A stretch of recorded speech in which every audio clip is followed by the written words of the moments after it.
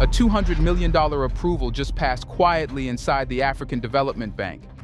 No emergency sirens, no dramatic headlines, just signatures, policy language, and a shift most people will underestimate. But let's ask the real question. Why does agriculture suddenly feel geopolitical? Why does wheat production matter in a world obsessed with oil, gold, and military bases? Why is Nigeria scaling food systems with African capital instead of waiting for Western prescriptions? And why now? Let's find out.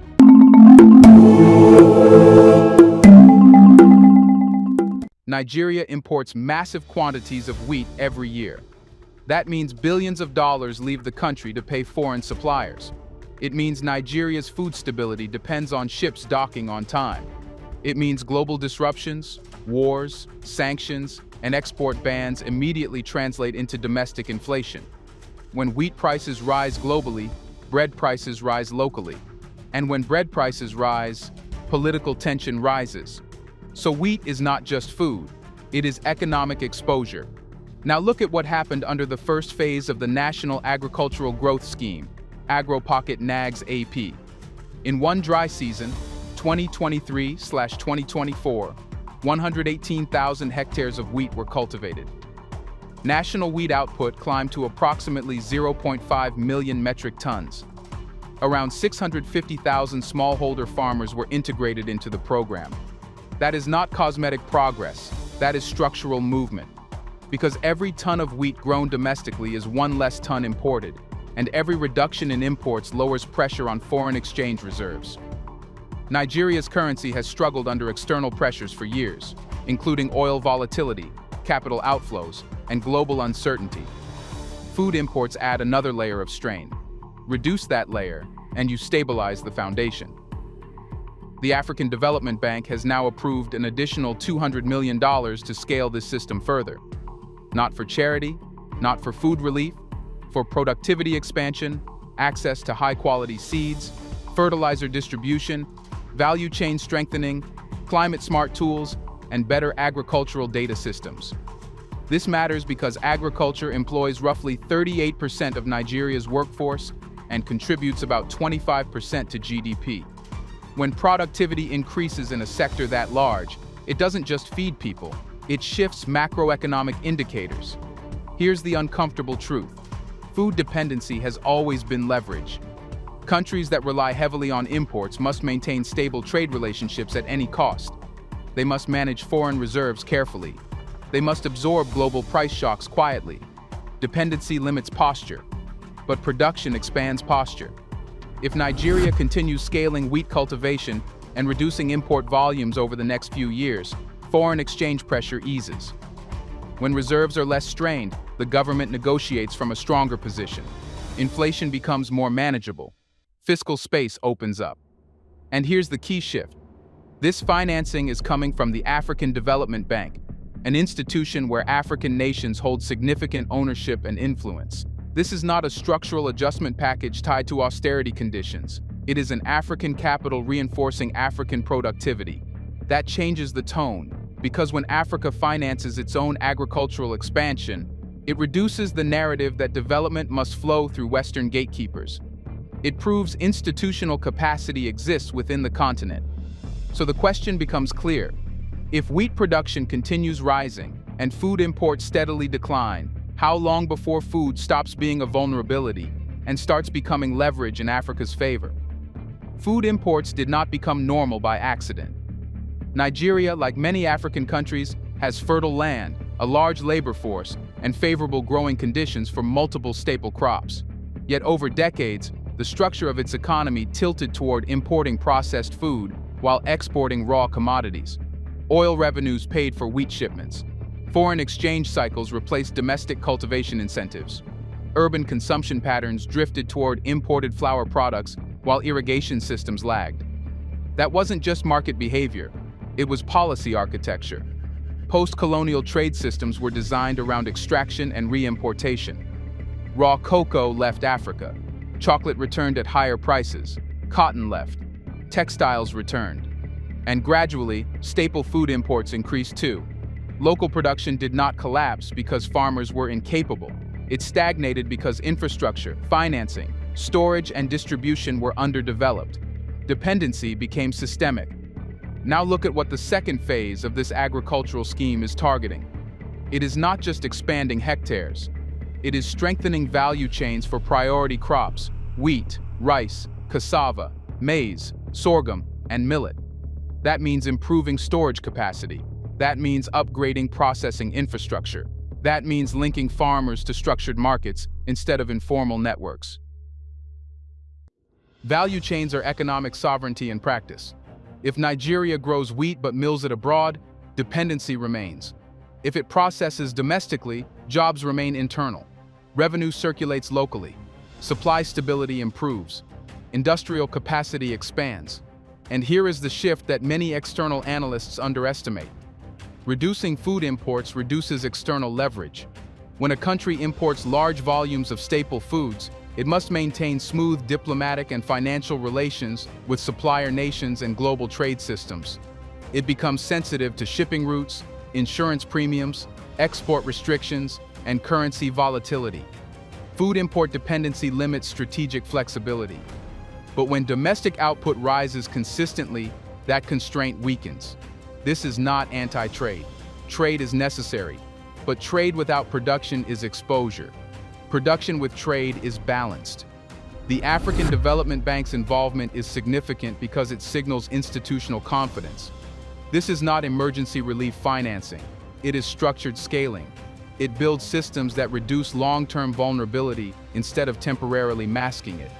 For decades, Western development narratives framed African agriculture primarily as a humanitarian issue: drought response, famine relief, and food aid.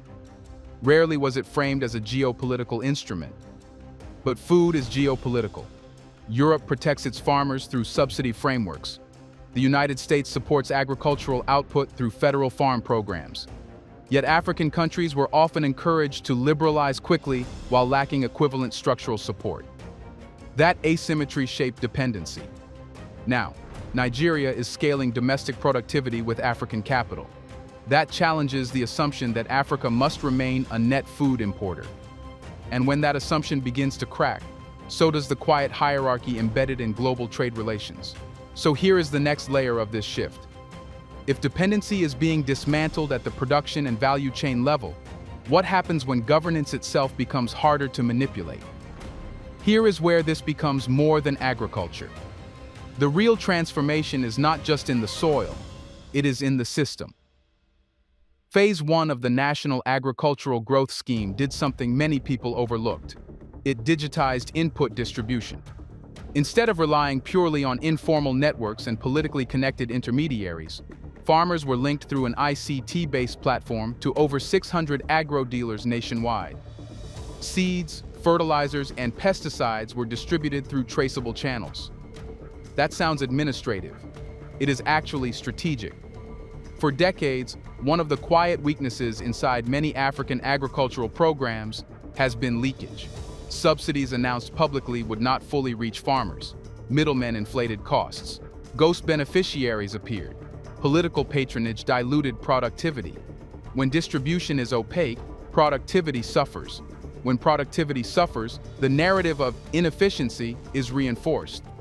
And when that narrative spreads, external institutions justify deeper oversight and conditional involvement. Digitization disrupts that cycle. When input allocation is recorded, verified, and monitored, leakages shrink. When farmers receive actual high-quality inputs on time, yields improve. When yields improve, production data becomes measurable and defensible. The state gains evidence. Evidence strengthens credibility. Credibility strengthens negotiating posture. Governance capacity is geopolitical currency. This second phase of funding emphasizes strengthening agricultural data management. That is not random. Data determines planning accuracy. It determines how much seed is required, where irrigation gaps exist, which crops perform best under climate stress, and where value chain bottlenecks form. Without reliable data, planning is reactive. With reliable data, planning becomes predictive. Now add climate-smart agriculture into the equation. Nigeria faces erratic rainfall patterns and rising temperature pressures. Productivity cannot rely on traditional methods alone. Climate-adaptive seed varieties, improved irrigation efficiency, and soil restoration techniques reduce seasonal volatility. Reducing volatility stabilizes output. Stabilized output reduces price spikes. Reduced price spikes limit inflation shocks. Inflation shocks often destabilize governments, so climate adaptation becomes political stabilization. Everything connects. And here is the deeper shift. When African systems become technologically competent and administratively efficient, the long-standing argument that Africa needs external supervision weakens. Efficiency removes excuses. For years, the global narrative often framed African agriculture as perpetually mismanaged and in need of external correction. But when digital infrastructure increases transparency and productivity rises measurably, that narrative loses credibility. And credibility matters in geopolitics, because institutions that prove competence command respect. Institutions that demonstrate results negotiate differently. And institutions that build internal capacity reduce the influence of those who benefit from inefficiency. But this is not just about state power. When farmers see that systems actually work, that inputs arrive, that yields improve, that payments clear, trust in domestic institutions strengthens. Trust stabilizes societies. So the question becomes sharper. If Nigeria strengthens governance through technology and data, how will Africa's younger generation respond to a system that finally begins to deliver? Let's pause for a second to say, big thank you to the Black Culture Diary community, where Black voices, stories, and legacies are preserved and amplified. By becoming a member, you're not just supporting the channel, you're becoming part of a powerful cultural movement. Let's continue. They will respond with pressure, not applause. Africa's median age is under 20. Well, surprisingly, it is in the dictionary.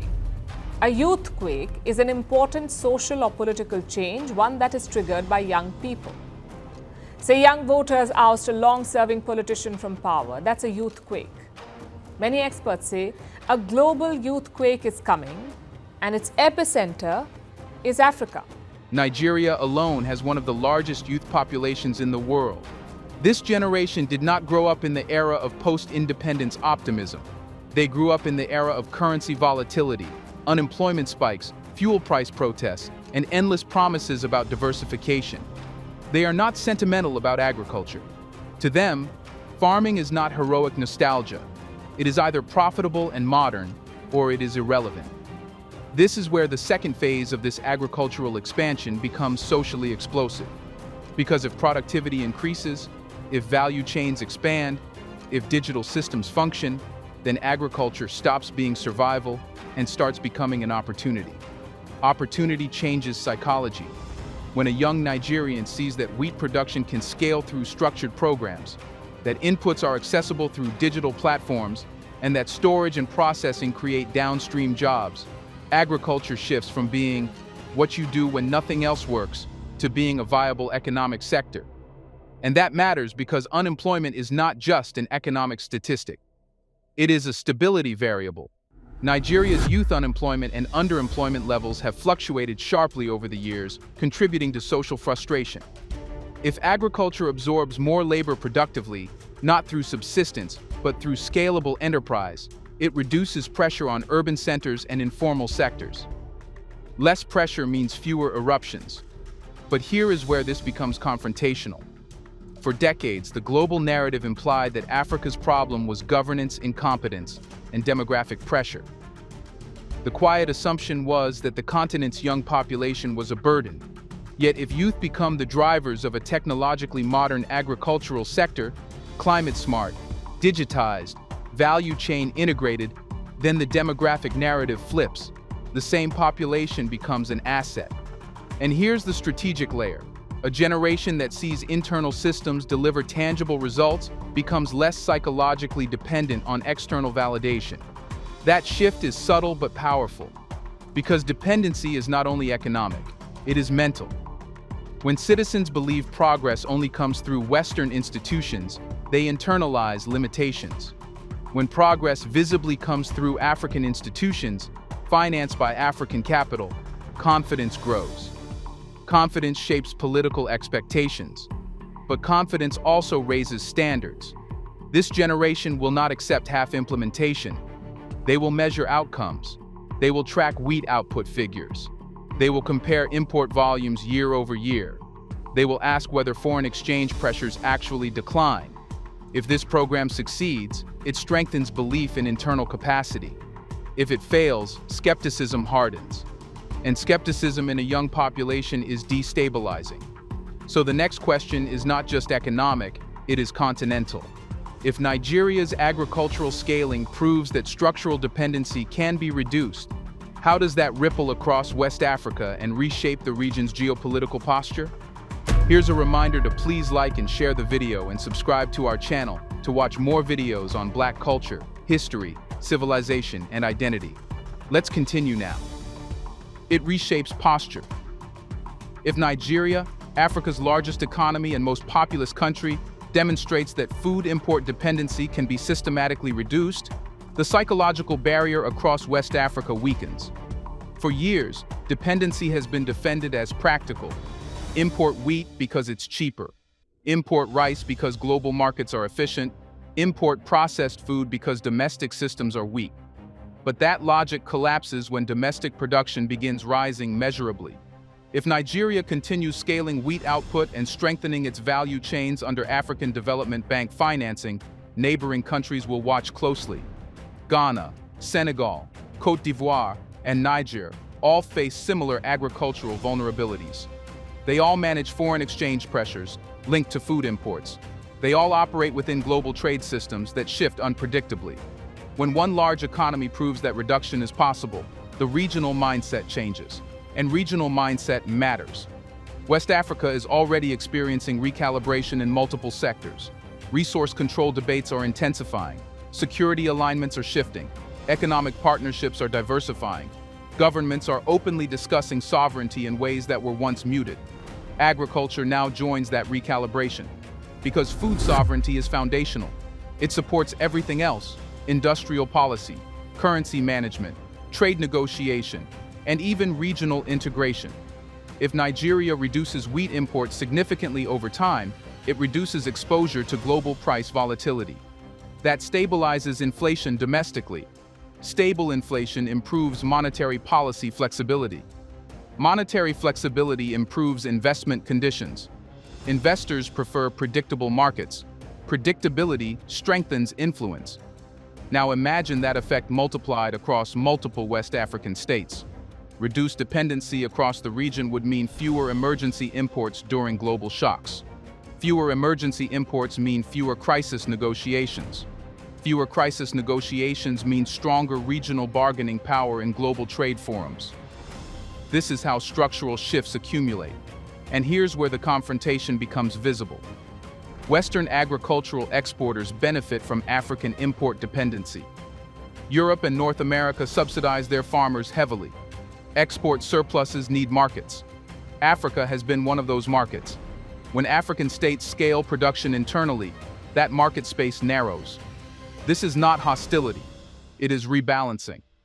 Global trade will continue, but the hierarchy embedded in that trade changes when Africa produces more of what it consumes. And there is another layer. Regional institutions like ECOWAS often talk about intra-African trade. But intra-African trade cannot deepen meaningfully if countries are structurally dependent on imports from outside the continent for staple goods. Domestic production strengthens regional trade potential. If Nigeria produces surplus wheat or processed flour, regional supply chains can form. That strengthens continental economic integration under frameworks like the African Continental Free Trade Area. Food becomes a connector instead of a vulnerability. So if Nigeria's agricultural expansion proves durable and West Africa begins reducing structural food dependency collectively, what happens when the continent starts negotiating not from need, but from stability? It changes the tone of every negotiation. A continent that is constantly managing shortages negotiates cautiously. A country that must secure emergency imports negotiates defensively. But stability rewrites posture. When food systems are predictable, when production numbers rise year after year, when value chains are internal and resilient, leaders speak differently on global platforms. Because they are not speaking under pressure. If Nigeria continues expanding domestic wheat production, strengthening irrigation, modernizing processing, and protecting its foreign exchange from food import shocks, then economic conversations shift. Debt management becomes less fragile. Inflation control becomes more credible. Policy planning extends beyond crisis management. Stability creates room for ambition, and ambition is what old systems fear most. For decades, Africa has been framed as reactive, responding to drought, responding to price spikes, responding to currency crashes. But when structural vulnerabilities shrink, the continent becomes proactive. It sets agendas rather than absorbing them. Food production is the base layer of that transition. Look at history. Nations that stabilized their agricultural foundations were able to industrialize with confidence. Food security supports urban expansion. It supports manufacturing growth. It supports export diversification. It reduces the political volatility that scares away long-term capital. Nigeria's agricultural expansion is not industrialization yet, but it is a precondition. If food imports decline steadily, foreign reserves stabilize. When reserves stabilize, exchange rate pressure reduces. When exchange rates stabilize, business planning improves. When business planning improves, industrial policy becomes viable. That is a chain reaction. And here is the strategic reality. Leverage in geopolitics often hides in basic sectors. Oil is obvious, gold is obvious, military alliances are obvious, but food is quieter and sometimes more powerful. A country that can feed itself is harder to pressure through trade disruptions. A region that can manage its staple production is less vulnerable to shipping route instability. A continent that finances its own agricultural transformation reduces the moral authority of external actors who previously positioned themselves as indispensable. This does not mean isolation. It means balance. Africa does not need to reject global trade. It needs to negotiate from strength. If Nigeria's $200 million agricultural scaling becomes a sustained productivity increase, not a one-year spike, but a multi-year structural climb, then this moment will be remembered differently. It will not be remembered as a loan approval. It will be remembered as a pivot away from reflexive import dependency, a pivot toward controlled production, a pivot toward internal financing capacity. And when that pivot spreads across sectors, minerals, energy, manufacturing, and agriculture, the geopolitical narrative changes permanently. Because once stability becomes consistent, leverage becomes internal. So the final question is not whether this program will increase wheat output next season. The real question is this: if Africa proves it can secure its food systems with its own institutions and capital, how long before the entire framework of dependency begins to collapse under its own outdated assumptions? Let us know in the comments section how refreshing it is to see this happen. Do you want to watch more videos like this one? If so, subscribe to our channel and press the bell icon next to it. We have decided to bring videos on something nobody talks about: the Black culture, civilization, history, and evidence about how glorious Blacks have been. Thanks for watching, and until the next video, stay tuned.